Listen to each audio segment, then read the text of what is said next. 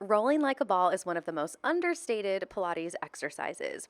It looks like we're rolling back, which obviously we are, but what's happening is we're massaging all the erectors that run along the side of the column. So I call them the train track muscles, the muscles that go on each side of the spine.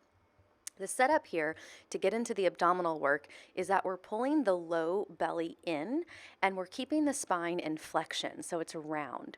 The sit bones, the space, the bones at the bottom of the pelvis, they're being pulled together by the bottom butt cheek muscles.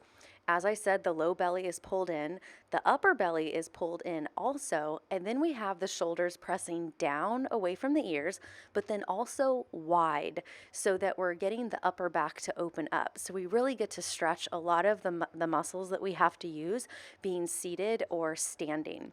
The setup of the arms wrapped around the legs is that we're trying to press the arms around the legs while we're trying to press the legs into the arms and then keeping the abdominals pulled in. So what happens is we create all of this tension within the body so that the structure of the bones where they connect at the joints of the hips and the knee and the shoulder all stay together as if they were part of your abdominals.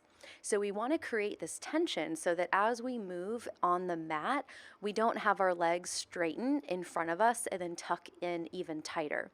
So what we're really working on here is all of the anterior muscles, the muscles that are close to the bones, on each side of the bones, all around them, not close to the skin.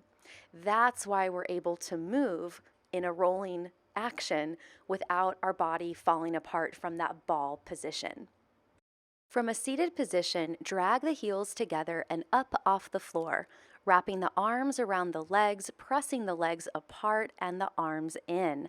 Tuck the head. Inhale as you roll backward to your shoulders. The hips come up, the feet come up to the ceiling. Exhale as you rock forward. Hold the balance, keeping your toes off the floor. Inhale as you rock backward, lifting the hips, rocking onto the shoulders.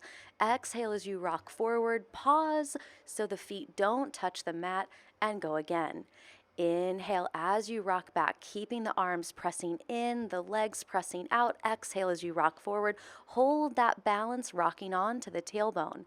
Inhale as you rock backward, bringing the hips up, landing on your shoulders, and then exhale as you rock forward, keeping the toes off the floor.